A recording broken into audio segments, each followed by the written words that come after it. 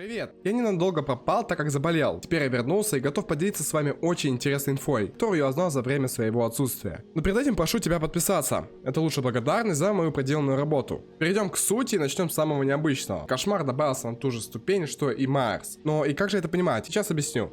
Кто не в курсе, разработчики утверждают, что совсем скоро бафнут Майерса, а именно его составляющую погони. Что по итогу, так разработчики поставили в этот же список и Кошмара. И тут два варианта.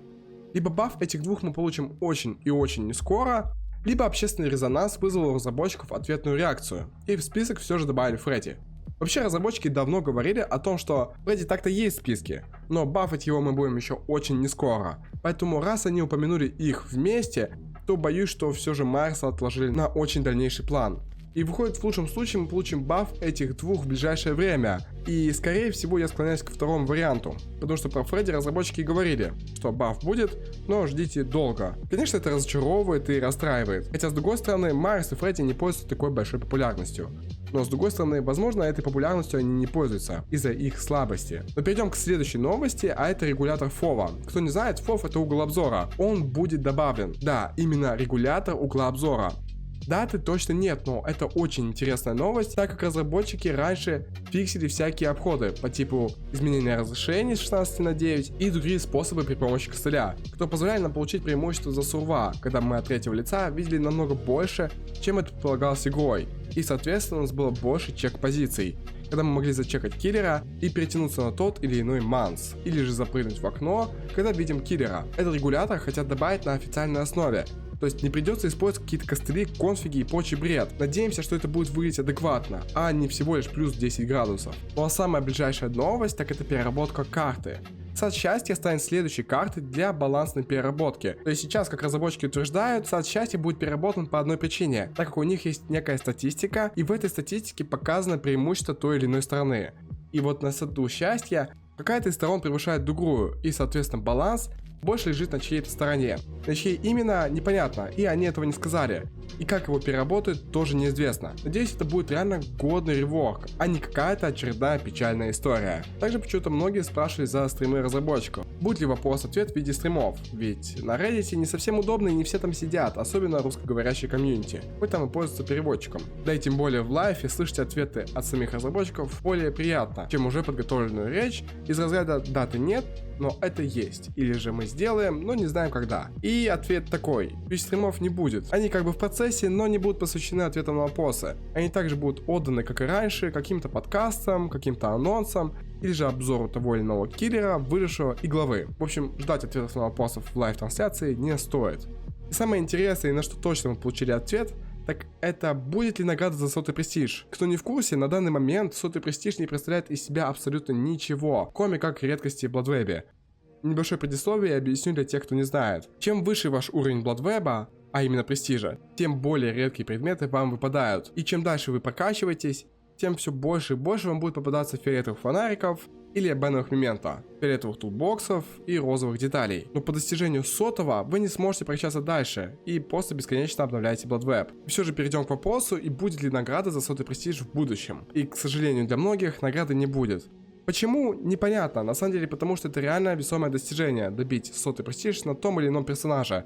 Хотя бы давали какой-то чарм, но нет. Ничего не будет, не ждите и не стоит на это рассчитывать. Еще на почве новой карты Чужого у разработчиков спросили, а будут ли у выживших уникальные способности. Так на новой карте Чужого были уникальные фичи по типу заморозки или потайной комнаты, что встречалось, кстати, ранее уже на карте Silent Hill. Также там есть фича с кошкой в шкафчике и другие прикольные пасхалки. Но вопрос заключался именно в том, будут ли уникальные способности у конкретных выживших. Ведь, например, против Чужого мы уже можем ставить огнеметы, против Анрё брать кассеты, это вообще уникальный предмет, против Синобита также коробку, которая сделана как предмет. Но нет, уникальных способностей для определенных выживших никогда не будет, и они не планируются. То есть все, что мы имеем сейчас у выживших, это их уникальные перки, 3 перка, которые привязаны к ним, но каких-то способностей у какого-то определенного выжившего не будет. Да и тем более, если делать это, то придется переделать всех выживших, дабы был баланс, а этого они не хотят, и затрачено на это будет очень много сил. Также спросили за шкафные спасения. То есть, когда киллер доставал выжившего из шкафа, и того можно было ослепить. Естественно, это был некий баг, потому что эти шкафы можно было обузить до бесконечности, и киллер просто не мог достать оттуда выжившего. Многие спрашивали, будут ли они возвращены. Так вот, ответ, что нет. Нет, и этого не планировалось. С самого релиза это была ошибка и баг, которого априори не должно было быть в игре. Это как по типу способности Вескера. Когда тот впечатает в стену, его нельзя ослепить, так как это является механикой способности и сильной стороной этого киллера. Также и шкафчики. Достать из шкафчика — это уже небольшое достижение, так как это сложно выполнимая цель. И когда вы достаете выжившую из шкафа, вы уже должны понимать, что он ваш, и вы сможете его спокойно повесить на крюк и получить свое заслуженное повешение. Но вот такие вот абузеры не позволяют этого сделать. К счастью, это пофиксили, и это не должно вернуться в игру. Хотя многие говорят, что на некоторых картах это до сих пор присутствует. Также чуть-чуть поговорим о перках, и скрытые погони за запасной игрок будут реально как-то переделаны. То есть полностью переделаны. Им не изменит процент, не изменит им какие-то значения, а просто подчастую их реворкнут. Как именно, тоже не сказали, даты тоже не было, это не будет грядущих ПТБ. Почему именно эти перки, тоже непонятно, видимо они пользовались малой популярностью, и разработчики решили за них взяться. Что ж, посмотрим, что из этого выйдет. Поговорим о траппере. В грядущем ПТБ траппер получит маленькие бафы.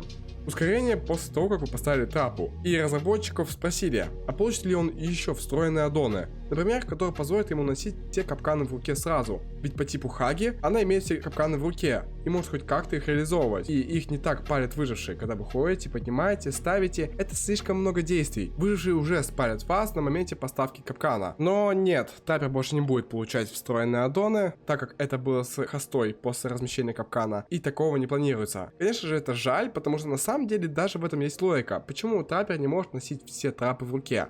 В один момент это звучит, конечно, абсурдно и дисбалансно. Но по сути, взяв ту же Хагу, Трикстера или Аню, им не надо с самого начала игры залезать в шкафы. Им не надо ходить и подбирать капканы. Так почему же траппер так обделен? Это, конечно, непонятно. И на этом в целом все. На некоторые вопросы разработчики ответили конкретно. И это, конечно, приятно. Подписывайтесь на канал, здесь я рассказываю конкретную информацию и инфоповоды, не загружая их водой. Здесь будет интересно и за качество я ручаюсь. Всем до встречи и пока.